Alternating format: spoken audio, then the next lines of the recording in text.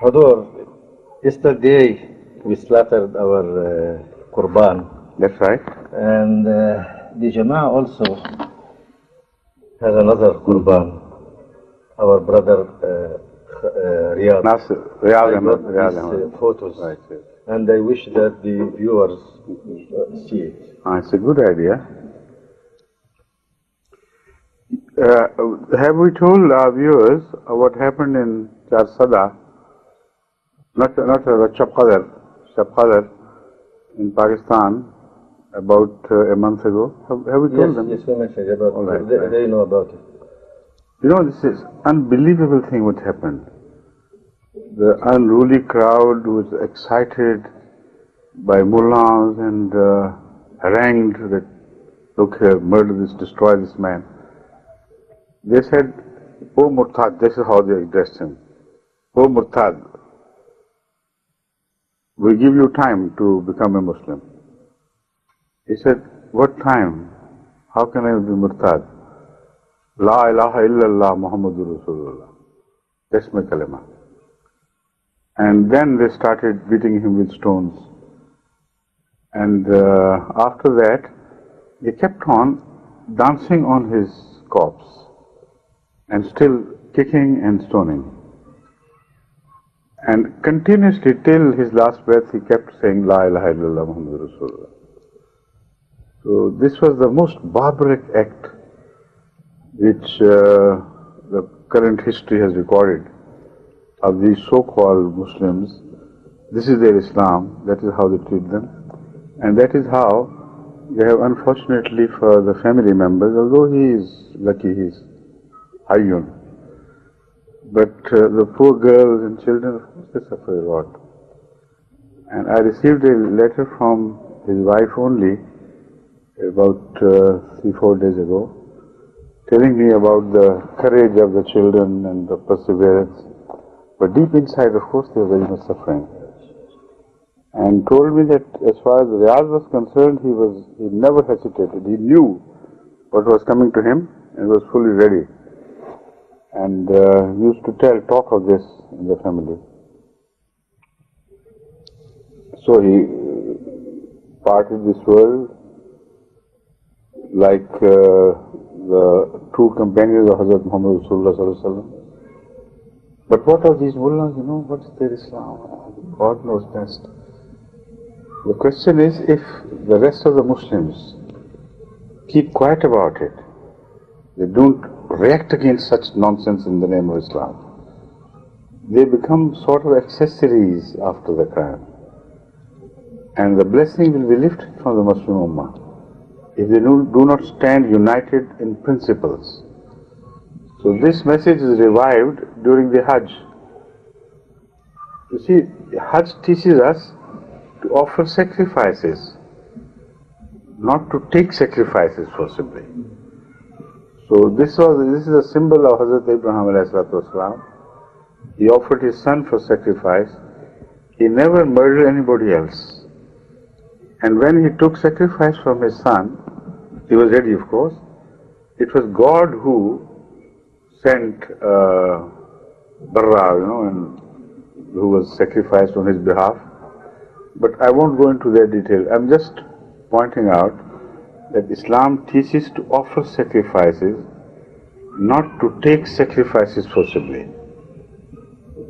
That is why all the ghazawat Hazrat Muhammad Rasulullah Sallam were defensive ghazawat.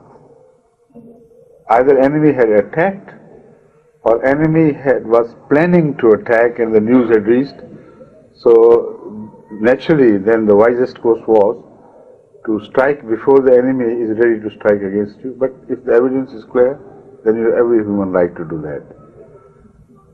But he never went to the kuffar and started murdering them. And even when they said La ilaha, imagine, unbelievable. How they brutally murdered him is shown from the pictures. This was he before this happened. See. Can you see clearly? Find out if they have it in the focus or not. No? आप जाके खाएं तो क्या कर रहे हैं? Bring it to focus. You see? Now this is what he was before, and this is what they did to him.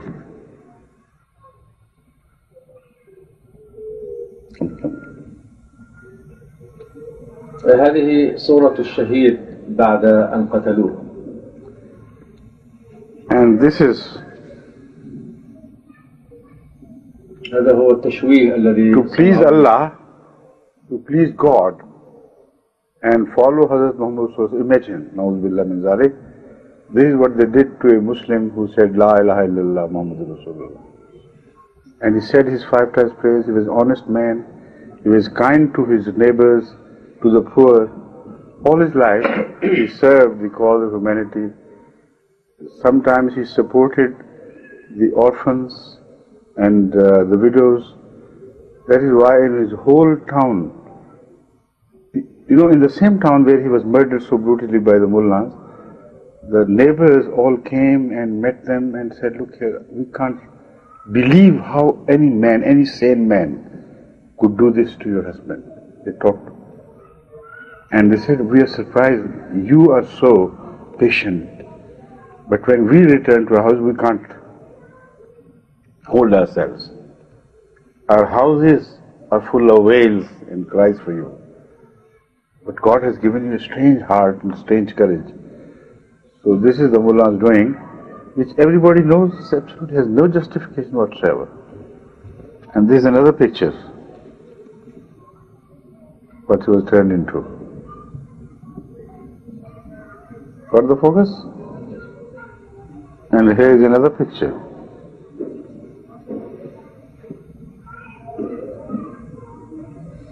ترون آثار الضرب والتعذيب موجودة.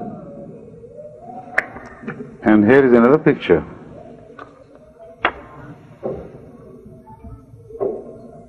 From different angles. In fact, the corpse got swollen so much that his own clothes could not fit him. It was impossible. So just loose sheets like you wear in Hajj. He was wrapped, or like all corpses are wrapped, he was wrapped in a sheet, otherwise his own clothes would become too small for him because of the swelling of the body.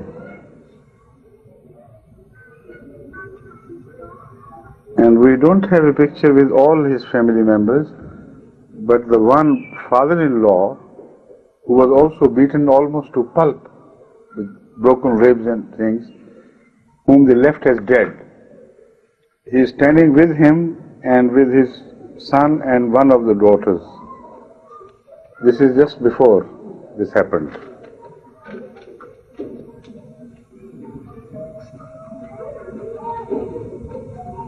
See? Allah bless him and his family and his children, and gives some common sense to the mullahs and some fear of Allah. They are completely without fear of Allah. They tell lies like they drink the milk of their mother. Now, if you read the reports about his death as given to the press by the mullahs themselves, you'll be surprised at the blatant lies they are using. First of all, they said this thing, then that thing.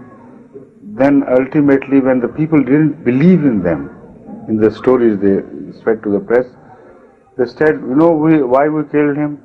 Because when we asked him to recite kalma, he recited kalma wrongly.